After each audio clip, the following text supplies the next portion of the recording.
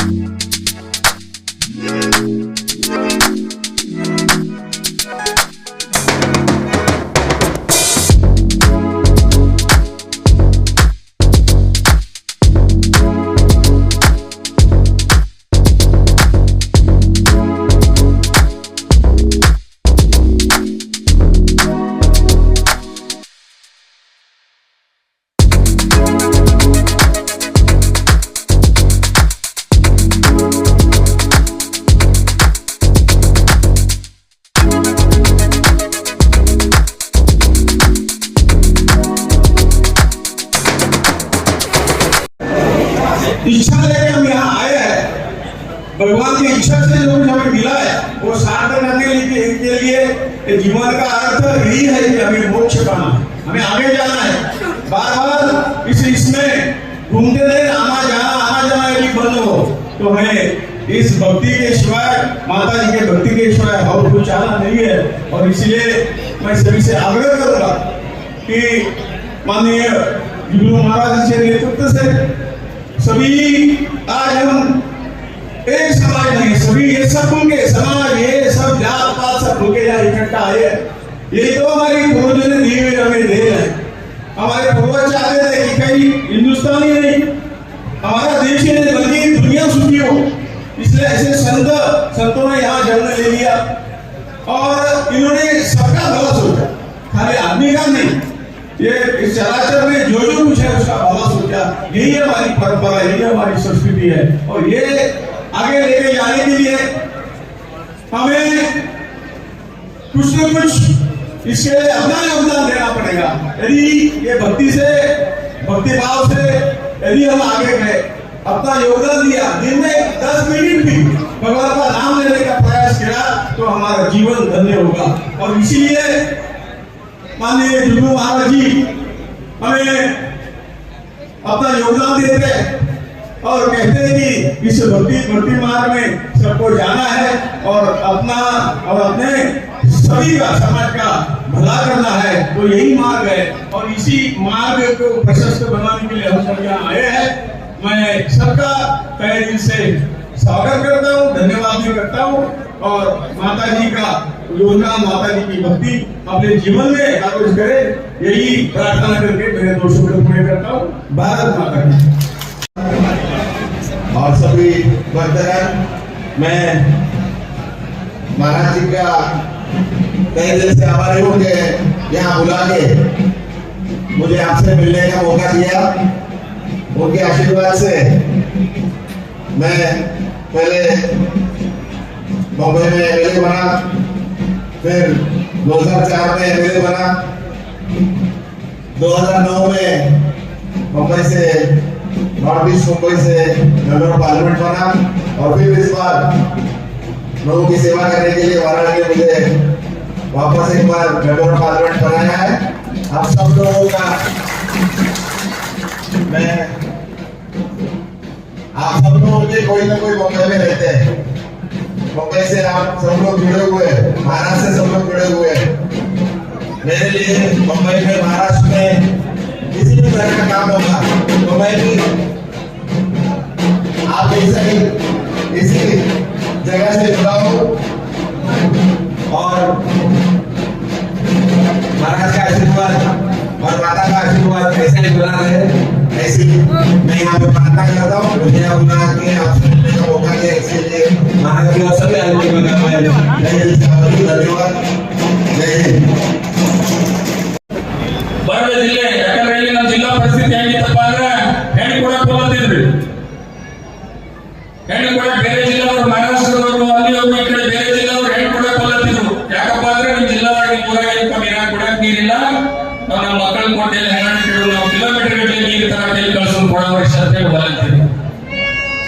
ಬರದ ನಾಡು ಬಿಜಾಪುರ ಜಿಲ್ಲೆಗೆ 2013 ಇಸ್ವಿಯಲ್ಲಿ ಇವತ್ತು ಆ ದೇವಿ ಆಶೀರ್ವಾದ, ನಿಮ್ಮೆಲ್ಲರ ಆಶೀರ್ವಾದ, ಮಹಾರಾಜರ ಆಶೀರ್ವಾದದಿಂದ ಕರ್ನಾಟಕ ಸರ್ಕಾರದಲ್ಲಿ ಸಿದ್ದರಾಮಯ್ಯ ಅವರ ನೇತೃತ್ವದ ಸರ್ಕಾರದಲ್ಲಿ ಇವತ್ತು ಎಂ ಬಿ ಪಾಟೀಲ್ ಅವರಿಗೆ ನೀರಾವರಿ ಖಾತೆ ಸಿಕ್ತು. ನೀರಾವರಿ ಮಂತ್ರಿ ಆದರು. ಆದ್ರೆ ನೀರಾವರಿ ಮಂತ್ರಿ ಆಗಿ ಇವತ್ತ 75 ವರ್ಷ ಮೊದಲಿಂದ ಕನಸು, 75 ವರ್ಷದಿಂದ ನಾವೇನು ಇವತ್ತ ಬರದ ಜಿಲ್ಲೆ ಬರದ ನಾವು ಇವತ್ತು ತತ್ತರಿಸ್ತಿದ್ದೀವಿ. ಅದಕ್ಕೆ ಎಂ ಬಿ ಪಾಟೀಲ್ರು ಇವತ್ತ ಈ ಜಿಲ್ಲೆಗೆ ಸಂಪೂರ್ಣ ನೀರಾವರಿ ಮಾಡಿ ಅಂತ ಹೇಳಿ ನಾನು ಹೇಳಿಕೆ ಇಚ್ಛೆ ಪಡ್ತೇನೆ.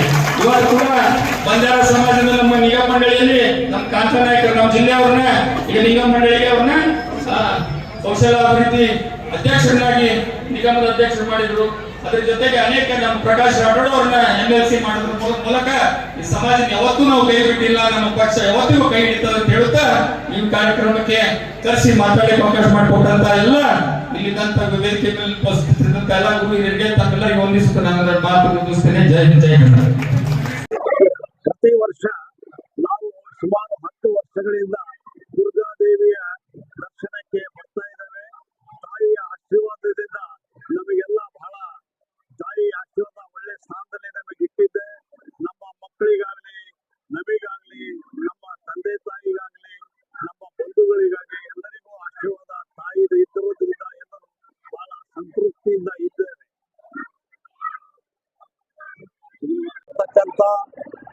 ಡಾಕ್ಟ್ರೆ ಜುಗ್ನೂ ಮಹಾರಾಜ್ ಅವರ ಪಾದಕ್ಕೆ ಸಮರ್ಪಣೆ ಮಾಡ್ತಾ ಅವ್ರು ಮಾಡಿರ್ತಕ್ಕಂಥ ಈ ಸೇವೆ, ಅವ್ರು ಮಾಡಿರ್ತಕ್ಕಂಥ ಈ ಕಾರ್ಯದಿಂದ ಇಡೀ ಕರ್ನಾಟಕ ರಾಜ್ಯದ ಅವರ ಗಮನವನ್ನ ಸೆಳೆದಿರ್ತಕ್ಕಂಥ ಈ ತಾಂಡ ಮತ್ತು ದುರ್ಗಾದೇವಿಯ ಭಕ್ತಾದಿಗಳಿಗೆ ಸುಮಾರು ಕರ್ನಾಟಕ, ಗೋವಾ ಮತ್ತೆ ಮಹಾರಾಷ್ಟ್ರದಿಂದ ಎಲ್ಲ ಭಕ್ತಾದಿಗಳು, ರಾಜಸ್ಥಾನದಿಂದ ಬರೋದರ ಜೊತೆಗೆ ಕೇಂದ್ರ ಸರ್ಕಾರದ ಸಚಿವರುಗಳು, ಅನೇಕ ರಾಜ್ಯದ ಮುಖ್ಯಮಂತ್ರಿಗಳು ಮತ್ತೆ ನಮ್ಮ ರಾಜ್ಯದ ಎಲ್ಲ ಸುಮಾರು ಮಂತ್ರಿಗಳು ಈ ಸಮಾರಂಭಕ್ಕೆ ಈ ಭಕ್ತಾದಿಗಳನ್ನ ಕುರಿತು ಅವರ ಆಶೀರ್ವಾದ ಮಾಡಲಿಕ್ಕೆ ಅನುವು ಮಾಡಿಕೊಟ್ಟಿರ್ತಕ್ಕಂಥ ನಮ್ಮ ಜಗದ್ಗುರು ಜುಗ್ನೂ ಮಹಾರಾಜ್ ಅವರಿಗೆ ನಮಸ್ಕರಿಸುತ್ತೇನೆ.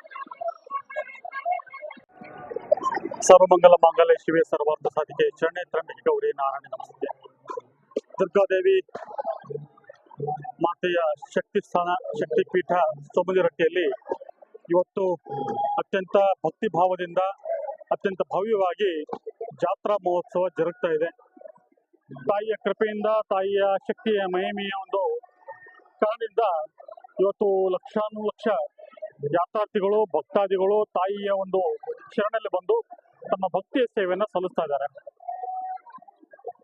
ವಿಶೇಷವಾಗಿ ದುರ್ಗಾಮಾತೆ ದೇವಸ್ಥಾನ ಸೋಮದರಟ್ಟಿ ಇಲ್ಲಿ ಧರ್ಮಾಧಿಕಾರಿಗಳಂತಹ ಪರಮ ಪೂಜ್ಯ ಶ್ರೀ ಜಗನು ಮಹಾರಾಜರ ನೇತೃತ್ವದಲ್ಲಿ ಅವರು ಧರ್ಮಾಧಿಕಾರತ್ವವನ್ನು ವಹಿಸಿಕೊಂಡ ನಂತರ ಅತ್ಯಂತ ವೈಭವೋಪೇತವಾಗಿ ಈ ಜಾತ್ರಾ ಮಹೋತ್ಸವ ಜರುಗ್ತಾ ಇದೆ. ತಾಯಿಯ ಕೃಪೆಗೆ ಪಾತ್ರಂತಹ ಲಕ್ಷಾನುಲಕ್ಷ ಭಕ್ತಾದಿಗಳು ಇವತ್ತು ಗೋವೆ, ಮಹಾರಾಷ್ಟ್ರ, ತೆಲಂಗಾಣ, ಆಂಧ್ರ, ಕರ್ನಾಟಕ ಹಾಗೂ ದೇಶದ ಅನ್ಯ ಮೂಲೆಗಳಿಂದ ಕೂಡ ಇವತ್ತು ಸಾಗರೋಪಾದಿಯಲ್ಲಿ ಇವತ್ತು ಸೋಮದರಹಟ್ಟಿ ತಾಂಡಾಕ್ಕೆ ಬಂದು ತಾಯಿಯ ಒಂದು ದರ್ಶನ ಪಡೆದು ಪುನೀತರಾಗ್ತಾ ಇದ್ದಾರೆ. ಇವತ್ತು ಮೊಟ್ಟ ಮೊದಲನೇದಾಗಿ ಎಲ್ಲ ಸಮಸ್ತ ನಾಡಿನ ಜನತೆಗೆ ಧನ್ಯವಾದಗಳು ತಿಳಿಸುತ್ತಾ, ಯಾಕಪ್ಪ ಅಂದ್ರೆ ನಮ್ಮ ದುರ್ಗಾದೇವಿ ಜಾತ್ರೆಗೇನು ಬಂದಿದ್ದಾರೆ ನಮ್ಮ ಎಲ್ಲ ಗಣ್ಯ ವ್ಯಕ್ತಿಗಳಿಗೆ ಎಲ್ಲರಿಗೂ ಧನ್ಯವಾದಗಳು ಸಲ್ಲಿಸ್ತೀನಿ. ನಮ್ಮ ಜಗನು ಮಹಾರಾಜರ ಪ್ರತಿ ವರ್ಷದಂತೆ ಈ ವರ್ಷ ಕೂಡ ಅವರ ಜಾತ್ರೆ ಮಾಡ್ತಾ ಇದ್ದಾರೆ. ಅದು ಸಾಕಷ್ಟು ಲಕ್ಷಾಂತರ ಜನ ಇಲ್ಲಿ ಬಂದಿದ್ದಾರೆ. ಎದಕ್ಕೆ ಬಂದಾರಪ್ಪ ಅಂದ್ರೆ ಅವ್ರಿಗೆ ಈ ದೇವಿ ಆ ದೇವಿ ಶಕ್ತಿ ಏನದ ಅನ್ನೋದು ಅವರು ತಿಳ್ಕೊಂಡು ಅವ್ರಿಗೆ ಏನು ಅನುಭವಿಸಿ ನೋಡ್ಕೊಂಡು ಅವ್ರು ಏನು ಬಂದಿದಾರ ಅವ್ರಿಗೆ ಆ ದೇವಿ ಎಲ್ಲರೂ ಕೃಪೆ ಸದಾ ಹಿಂಗೆ ಇರ್ಲಿ ಅಂತೇಳಿ ನಾ ಆ ತಾಯಿ ಕಡೆ ಬಿಡ್ಕೋತೇನೆ. ಯಾಕಪ್ಪ ಅಂದ್ರೆ ನಮ್ಮ ಜಗನು ಮಹಾರಾಜರ ಕಡೆ ಏನು ಬಂದಾರ ನಮ್ಮ ಸಮಾಜದ ಎಲ್ಲ ನಮ್ಮ ತಾಯಿಯರು, ನಮ್ಮ ಅಕ್ಕ ತಂಗಿಯರು ಎಲ್ಲರೂ ಏನು ಬಂದಾರ, ನಮ್ಮ ಸಮಾಜದ ಗುರುವರು ಒಂದೇ ಸಮಾಜತ್ತಿಲ್ಲ, ಎಲ್ಲಾ ಸಮಾಜದವರು ಪ್ರತಿಯೊಬ್ಬರು ಇಲ್ಲ ಇವತ್ತು ಏನು ನಮ್ಮ ದುರ್ಗಾದೇವಿ ತಾಯಿ ಆಶೀರ್ವಾದ ಪಡ್ಕೊಂಡು ಹೋಗ್ಯಾರ. ಅವ್ರಿಗೆ ಒಳ್ಳೇದಾಗುತ್ತದ ಅಂತ ಹೇಳಿ ಅವ್ರು ಏನು ಅವ್ರು ಆಶೀರ್ವಾದ ತಗೊಳಕ್ ಬಂದಾರ. ಅವ್ರಿಗೆ ಎಲ್ಲರೂ ಒಳ್ಳೇದಾಗ್ಲಿ ಅಂತ ಹೇಳಿ ಎಲ್ಲರಿಗೂ ಧನ್ಯವಾದಗಳು ಸಲ್ಲಿಸ್ತೀನಿ. ಇಲ್ಲ, ವರ್ಷ ಜಾಸ್ತಿ ಆಗ್ತಾ ಇದೆ ಸರ್. ಮೊದಲೇ ವರ್ಷಕ್ಕಿಂತ ಈ ಸಲ ಡಬಲ್ ಆಗ್ಯದ ಸರ್ ಭಕ್ತರು. ಯಾಕಂದ್ರೆ ಇಲ್ಲಿ ಒಂದು ಪವಾಡ ಹೆಂಗದಪ್ಪ ಅಂದ್ರೆ ಈ ದುರ್ಗಾದೇವಿ ಹಾಗೂ ಶಿವಲಾಲದ ಏನ್ ಶಕ್ತಿ ಅದ ಅದು ಶಕ್ತಿ ಬಹಳ ದೊಡ್ಡದ ಸರ್. ಅದು ಆದಿಶಕ್ತಿ ಇದು ಸರ್ ಶಕ್ತಿ ಅದು.